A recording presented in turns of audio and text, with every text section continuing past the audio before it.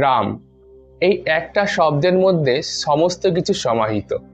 স্বয়ং মহাদেব বলেছেন, শ্রী বিষ্ণুর সহস্র নামকে যদি একটা নাম দিতে হয় সেটা হলো রাম। অর্থাৎ রাম একবার বলা মাত্রই শ্রী বিষ্ণুর সহস্র নাম নেওয়া হয়ে যায়। কেউ জন্মালে বলা হয় রাম রাম, যখন কেউ মারা যায় বলা হয় রাম নাম সত্য হ্যায়, কারোর সঙ্গে আলাপ হলে রাম রাম, বিদায় বেলায় রাম রাম। আচ্ছা, কখনো কি মনে প্রশ্ন এসছে, এই যে ট্র্যাডিশনটা রাম রাম বলা যে ট্র্যাডিশন, এর শুরু কোথা থেকে হয়েছে, এর উৎপত্তি কোথায়, বা এই ট্র্যাডিশনের যে প্রচলন এটা কারা করেছিল?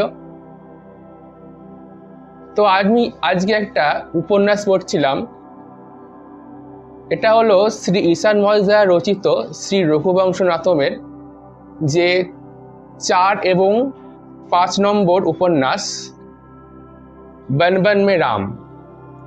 এই উপন্যাসটা আজকে আমি পড়ছিলাম। তো এর আগের যে 3টে উপন্যাস সেটা আমার পড়া হয়ে গেছে। তো 4 এবং 5 নম্বর উপন্যাসের অধ্যয়ন আমার চলছে। তো এখানে আমি এই বিষয় জানতে পারি। এখানে দেখানো হয়েছে, যখন শ্রী ভরত অযোধ্যা থেকে নন্দীগ্রামে গিয়ে শ্রীরামের মতনই সন্ন্যাসী জীবন ধারণ করার জন্য ব্রত ধারণ করেন, তো তার আগের দিন রাতে উনি নিজের সমস্ত সভাসদদের ডাকেন, সমস্ত মন্ত্রী থেকে শুরু করে যত রাজকর্মচারী ছিলেন সবাইকে ডেকে উনি নিজের প্রস্তাবটা রাখেন যে আজ থেকে উনি অযোধ্যার থেকে 1 ক্রোশ দূরে নন্দীগ্রাম বলে একটি গ্রাম আছে, একটা জায়গা রয়েছে, সেখানে গিয়ে শ্রীরামের মতনই সন্ন্যাসী বেশ ধারণ করে সন্ন্যাসীদের মতো খাবার অর্থাৎ কন্দমূল খেয়ে সেখান থেকে উনি রাজ্যের পরিচালনা করবেন, এবং সেই জায়গায় সেই সিংহাসনে উনি শ্রীরামের যে চরণ পাদুকা ওটা উনি প্রতিষ্ঠা করবেন, যাতে খুব তৎপরতার সাথে 1 রাতের মধ্যে যে সেই জায়গায় কুটিরের নির্মাণ হয়। তো এই খবর অযোধ্যায় ছড়ানোর সঙ্গে সঙ্গে রাজকর্মচারীদের সাথে অযোধ্যার যে ব্যবসায়ী বর্গ এবং যুব সমাজ তারাও কাজে লেগে পড়ে, এবং রাতারাতি একটা ভব্য কুঠির সেই নন্দীগ্রামে তৈরি হয়ে যায়। বা নন্দীগ্রাম জায়গাটা আসলে কি, বলা হয় এই নন্দীগ্রামে একটা সময় এক আদিবাসী প্রজাতি বসবাস করত। তারা ভগবান শিবের বাহন শ্রী নন্দী মহারাজের পুজো করত। পরবর্তীকালে তারা হিমালয়ে চলে যায় এবং ওই স্থানের নাম নন্দীগ্রামই থেকে যায়। তো পরদিন সকালে যখন শ্রী ভরতের সেই নন্দীগ্রামে যাওয়ার সময় হয়, দেখা যায় অযোধ্যায় যত মানুষ আছে সবাই সেই দিব্য মুহূর্তের সাক্ষী হতে সেখানে উপস্থিত। এমন ভিড়, যে ভিড়টা মহারাজ দশরথের শোক সমারোহের সময়ও হয়নি। সবাই চাইছে এই যে মুহূর্তটা, এই মুহূর্তের সাক্ষী হতে, যেমনটা হয়েছিল আমাদের অযোধ্যায় শ্রী রামলালার প্রতিষ্ঠার দিনে। এত জনসমুদ্র সেখানে হয়েছিল, স্বয়ং প্রধানমন্ত্রী শ্রী নরেন্দ্র মোদীকে রিকোয়েস্ট করতে হয়েছে মানুষের কাছে যে আপনারা এখন বাড়িতেই থাকুন, পরে আসবেন অযোধ্যায়। তো সেই রকমই অবস্থা সেই সময় অযোধ্যাতে হয়েছিল। সেই দিব্য মুহূর্তের সাক্ষী সবাই হতে চাইছিল।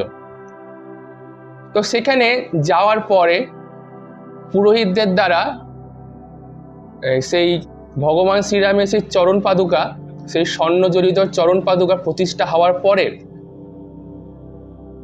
যখন শ্রী ভরত শপথ নেন যে আমি হলাম শ্রীরামের দাস, আজ থেকে শ্রীরাম আমাকে যে দায়িত্বটা দিয়েছে অযোধ্যার, তার যে রাজ্য অযোধ্যা, এই অযোধ্যা রাজ্যের পরিচালনা করার, আমি তার দাস হিসাবে যতদিন না সে 14 বছরের বনবাস শেষ করে অযোধ্যায় ফিরে নিয়ে আসছে, আমি পুরো দায়িত্ব সহকারে এই রাজ্যে, এই নন্দীগ্রামে এই কুঠিরে থেকেই এই রাজ্যের পরিচালনা করব। শ্রীরামের এই স্বর্ণ পাদুকাকে সাক্ষী রেখে আমি তার দেওয়া এই কাজ, রামের দেওয়া এই কাজ, রামের দেওয়া এই রাজ্যকে পরিচালনা করব।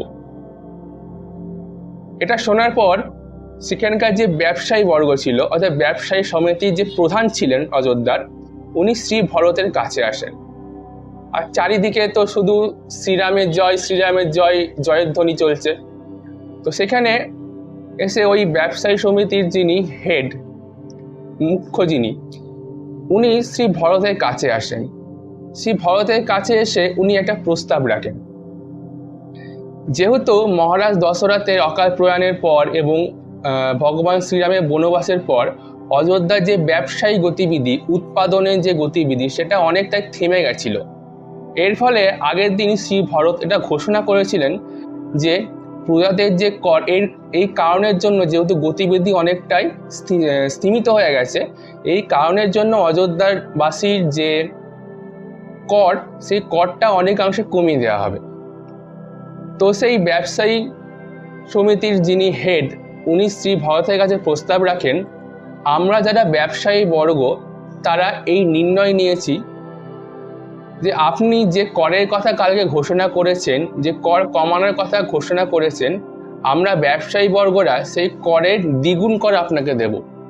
কারণ আমরা কখনোই চাই না যে শ্রীরামের রাজকোষে কোনো সংকট দেখা দিক, কোনো ঘাটতি দেখা দিক। আর এতে কিন্তু আমাদেরই লাভ, কারণ আমরা জানি আমরা যতটা শ্রীরামের রাজকোষে দেব, শ্রীরামের রাজ্য ব্যবস্থা, রাজনীতি আমাদের তার থেকে দ্বিগুণ আমাদের ফিরিয়ে দেবে। তো সেই প্রধানের সমস্ত কথা শোনার পর এবার শ্রী ভরত বলছেন, আপনার মধ্যে যে ভাবটা এসছে, আপনি বলতে দ্বিগুণ কর দেবেন, এটাকে আমি স্বীকার করে নিলাম, কিন্তু এতে আমি কিছু সংশোধন করব। কি সংশোধন? যে এটা শ্রীরামের আদেশ, যে শ্রীরাম আমায় বলেছেন যে তুমি প্রজাদের থেকে এমনভাবে কর নেবে যেভাবে একটা মৌমাছি ফুলের থেকে মধু সংগ্রহ করে। যেভাবে একটা মৌমাছি ফুলের থেকে মধু সংগ্রহ করে, আর এতে ফুলে কি ক্ষতি হয় না, এতে ফুল আরো ফুটে ওঠে, ফুলে আরো সৌন্দর্য বৃদ্ধি পায়। সেইভাবে তুমি প্রজার থেকে কর নেবে। আপনি হয়তো আজকে সামর্থ্যবান, বা আপনার সঙ্গে যে বর্গ রয়েছে তারা হয়তো আজকে সামর্থ্যবান, তারা দ্বিগুণ কর হয়তো দিতে পারবে, কিন্তু সবাই তো সামর্থ্যবান নয়।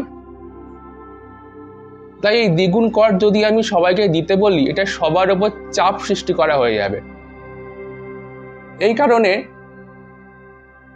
যে কর ব্যবস্থা আমি আগের দিন বলেছি যে কর কম করা হবে, সেটা অব্যাহত থাকবে।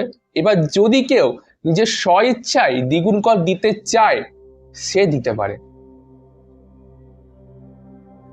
এই কথাটা ঘোষণা শ্রী ভরতের মুখ থেকে শোনার পর সেই প্রধান বলেন, আজ থেকে এই অযোধ্যাপুরীকে আমরা অযোধ্যাপুরী বলবো না, এই অযোধ্যাপুরীকে আমরা বলবো অযোধ্যাজি।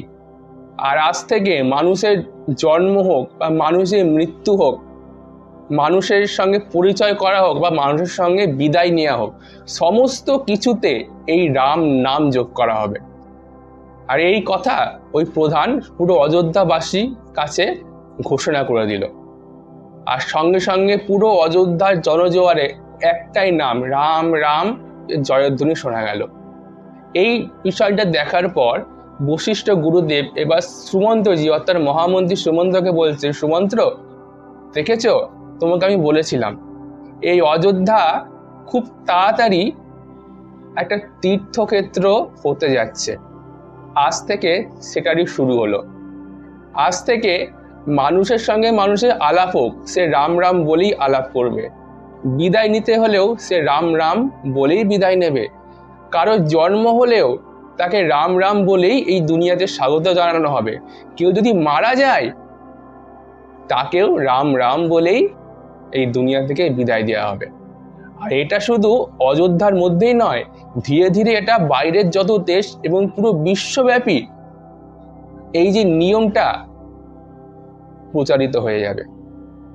তো মূলত ওইখান থেকেই এই রাম রাম বলা যে ট্র্যাডিশন, যে কেউ মারা যাক বা কারোর সঙ্গে আলাপ হোক, সমস্ত কিছু যে রাম রাম বলা যে ট্র্যাডিশন মূলতই অযোধ্যাবাসী শুরু করেছিলেন।